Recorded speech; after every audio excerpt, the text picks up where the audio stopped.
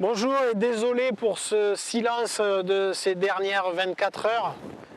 Je crois qu'on a eu une grosse coupure d'électricité ici et donc on n'a pas pu poster la vidéo quotidienne, le petit journal du jour de l'expédition. En tout cas, nous, on a pu plonger. C'était plus une plongée de test et de vérification du matériel, mais elle s'est plutôt très bien passée. Nous étions 5 plongeurs dans l'eau, Florian, Thibaut, Yannick, moi et Peter Tim, le plongeur sud-africain qui nous accueille, et puis Jean-Marc Belin qui lui est resté sur le bateau.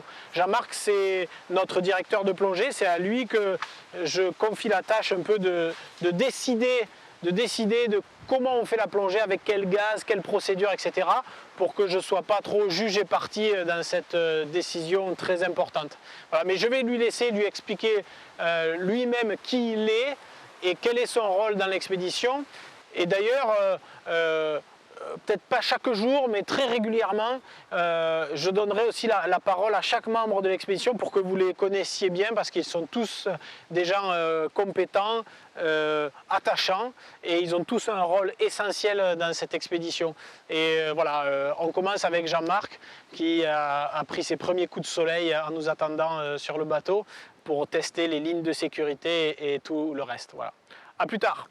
J'ai rencontré Laurent il y a une douzaine d'années quand je suis venu habiter à Montpellier.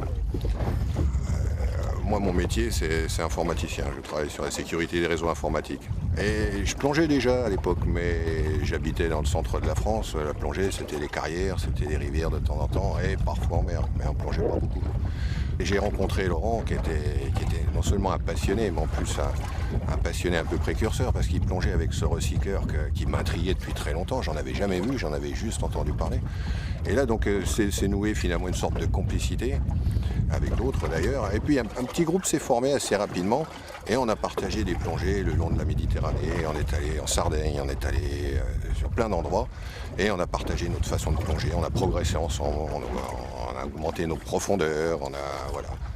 Et c'est comme ça que finalement j'ai participé à des expéditions Andromède, dont celle de 2010.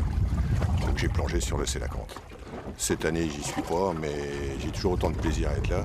Même si je garde une petite boule quand je vois les plongeurs là, qui s'enfoncent, c'est quand même un peu stressant.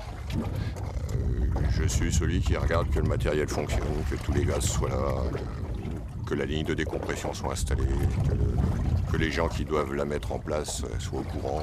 Voilà, on va mettre en place tout ça pour qu'on arrive à avoir une équipe homogène, avec des codes qui soient réglés, qu'on se comprenne bien, qu'il n'y ait pas de malentendus.